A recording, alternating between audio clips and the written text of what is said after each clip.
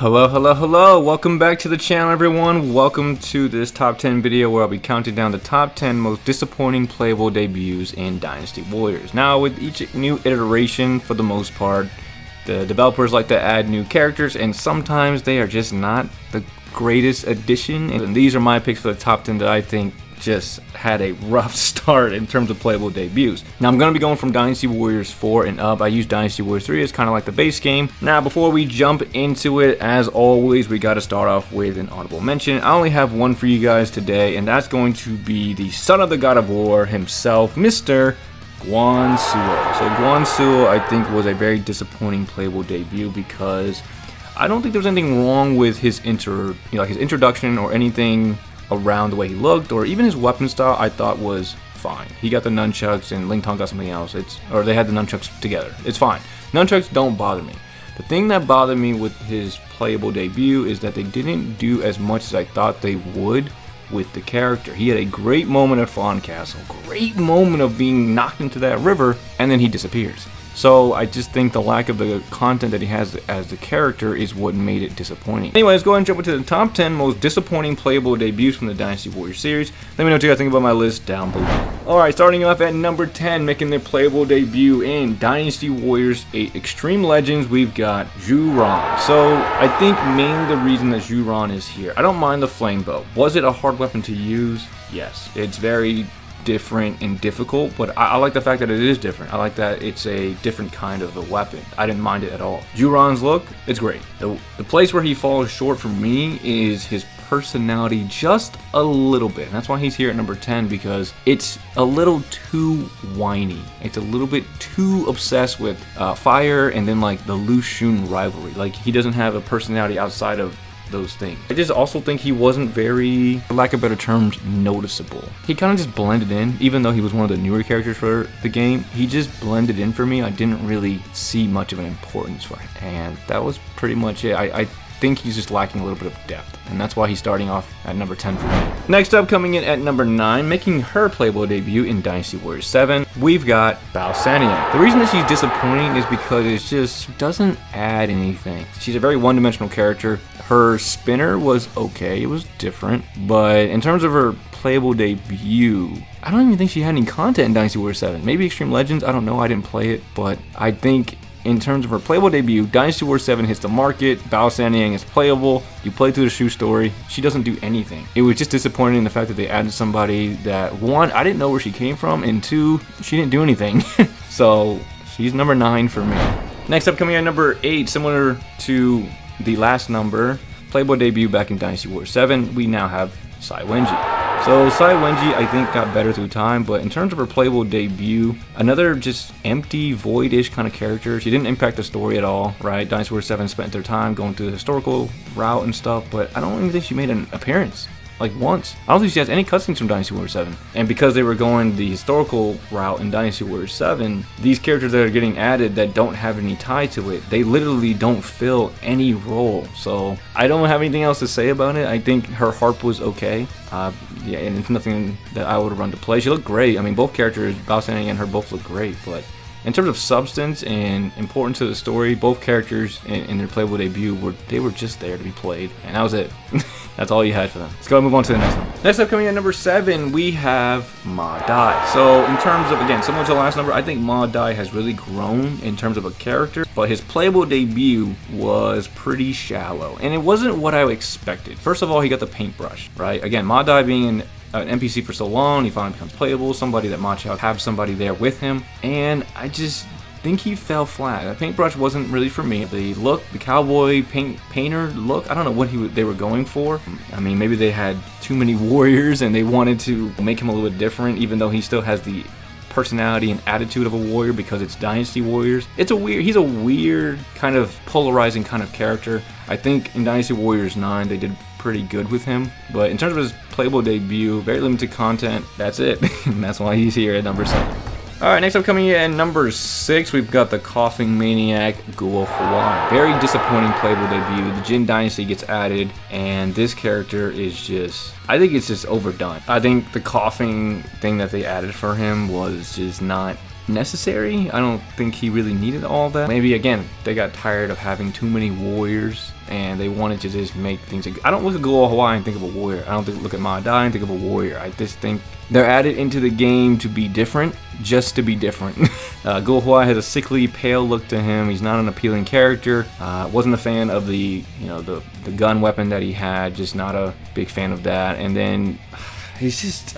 After learning about him, he was just done a little dirty, I think. The way he's adding to the game is just not appealing to anyone. Who likes Ghoul Hawaii? If you guys are watching, you are a big #1 Ghoul Hawaii fan, let me know down below. But his playable debut and just his iteration in general just hurts his character overall. No, I don't see anybody wanting to play him. And yeah, that's it. Let's go move on to number 5. Alright, next up coming at number 5, we're jumping up to Dynasty Warriors 9. A lot of things disappointed with the game, but in terms of playable debuts, Zhou Song getting his playable debut in Dynasty Warriors 9 is not the greatest. I'm not going to sit here and say that it should have been somebody else, but they decided to add him into the game, and that's what they came up with. Another bit where they had this character obsessed about something specific, and that's his whole personality. I just don't think it's just not an appealing quality to have. Like, you're only focused on speed. And I remember when I first played through him and I got to the end of his story and the cutscene where he's picking up the horse and running full speed with a horse on his back. Like, what?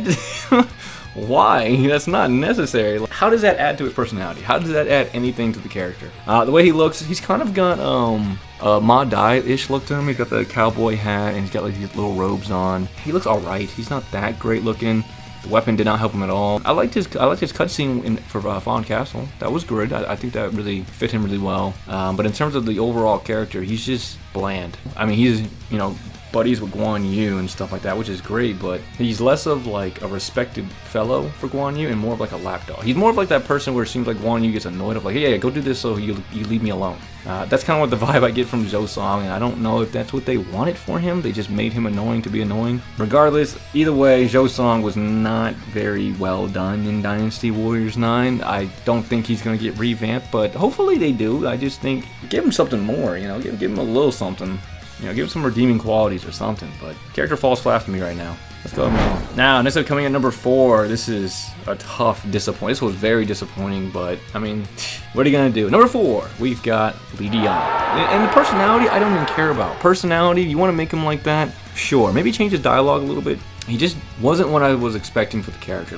And again, they have this weird balance of, for Li Dian, he's a warrior and he's not a warrior. Like, he's a warrior, but he's not. Like, he just doesn't embody that kind of a character. And I'm not saying he needs to be a Zhang Liao or a Zhao Yun, but the way he, I'm thinking of like the Hefei battle. The way he kind of talks makes it seem like he doesn't even want to be on the battlefield. When Li Dian was one of the few volunteers who went with Zhang Liao to stab the heart of Wu, like, he was there with him. And in the game, he seems like a very unsure character. Like, he doesn't even know if he wants to be on the battlefield. I think it does a disservice to the character. I think it does a disservice to who he is in the novel. His weapon was fine. I think it was a little janky. It was a little over the top, but I was expecting this like really well partner for Yue Jin, but it's like Yue Jin and Li Dian don't really have a lot of interaction, and they don't really seem to have a lot of chemistry with each other, which is weird because like they were always seen together. So, but other than that, Li Dian just fell flat. Next up, coming in at number 3 for me, jumping back up to Dynasty Warriors 9, we've got Hua Xiong. Hua Xiong is a very disappointing playable debut. Played into the dumb. He doesn't know what he's doing. He's a whiny, insufferable, hot-headed, just dummy. Like, he's got no intelligence to him. But before he fought Guan Yu in the novel, he killed like 4 or 5 people. Yeah, he might have been arrogant. Yeah, he might have been boastful or whatever it may be. But it's so bad to the point where it's like it almost inhibits his ability as a person. It's such a potent quality that it doesn't even make me look at Hua Xiong as a worthy playable person. He literally just plays into the card of this is the guy that gets murked by Guan Yu. Like, that's all I see for the character. This character has nothing to him, and I think he was done a disservice. I don't think the weapon style was good for him either. I think he should have been given like a pike, like Lu Meng. He might have been arrogant, and yes, but he's not a big dumb oaf who's just there like mindlessly swinging his club around, hitting people, and then, oh, let me just try to do the same thing to another person. Like, he was done dirty. Very disappointing. Top 3 for me. Now, coming in at number 2, dropping back down to Dynasty Warriors A, talk about one of the most disappointing playable debuts ever. It was just, I was expecting so much more for this character, but Han Dong, why did they do him like that? It's hard to like anything about the character. It's even, you know what, his playable debut is so bad, it's actually hard to like his weapon style. And his weapon style is actually not that bad. The whining, the constant need for, like, Jesus, man, like, why? Han Dong is a warrior. Han Dong is awesome in the novel. He is awesome. He's really well done. Like, in the novel, he's got some really cool feats, but in the game, maybe he's like a similar quality to Li Dian. Do you even want to be on the battlefield? Like, do you even want to be there? You know, I don't sense any sort of ferociousness from him, any sort of, like, I wouldn't feel safe if Han Dong was the one protecting me. If Han Dong was the one coming up like, yeah, I'm protecting this castle, don't worry about them, the enemy won't go get through me, I don't believe you, man. I don't believe you, because he doesn't embody that at all. You want to make him look like that, give him the receding hairline with the little alfalfa thing, I don't care, that's fine, do what you want to do, but the only reason he's there is for the fame and the glory. And it's not even like the good fame and the glory. He irks me more than probably any other character, because I probably, out of him, Yue Jin, and Li Dian were probably the 3 most that I was waiting to become playable. And then they became playable, and I was like, Yue Jin was great, Li Dian, I don't know what happened, and then Han Dong was so disappointing. He was so bad. I didn't even want to use him. His weapon style is actually kind of good, but it's because it's attached to him, I view it as bad. I'm rambling, going in circles. That's all I have. Number 2, 100% is Han. And then finally coming at number 1, we've got returning back to Dynasty Warriors 9 again, another DLC character, Xiahou Ji. So Xiahou Ji coming in as a playable character, the main thing I can ask is just why? Why? I don't mind her in the game, fine. You want her in the game, put her in the game, Jesus. But why does she look like that? Why does she look like that? And then, she's got this childlike personality that they really put in Dynasty Warriors, like in her DLCs. Whining, childish kind of personality that she has. And then you have Zhang Fei over here patting her on the back like, oh, there, child, it's okay. Like a father and a child versus father and apparently the wife. I'm not going to go into the history, we all know about it, but within the games, the characters are different. In the novel, they are also different from history. So with that being said, they had the freedom to make her an actual mother. You know, age her up, give her an actual appropriate personality, not the personality of a 13-year-old. I get it, I know, but Jesus, Xiahou Ji is probably going to be forever the worst playable debut. I don't think there's going to be anybody worse than that. Who knows? Maybe they'll surprise us, but Xiahou Ji was a terrible decision. Anyway, guys, that's all I have for the video. I feel disappointed by the end of that. That's crazy. Top 10 most disappointing playable debuts in my opinion. Hope you guys enjoyed it. I've also done the top 10 best playable debuts, so if you haven't checked out that video, go ahead and check that out. And like I said, hope you guys enjoyed it. If I missed somebody that you thought wasn't very good when they popped up on Dynasty Warriors for the first time, let me know down below. That's all I have for the video, guys. Hope you guys enjoyed it, and I will see you all in the next video. Thanks for watching, everyone.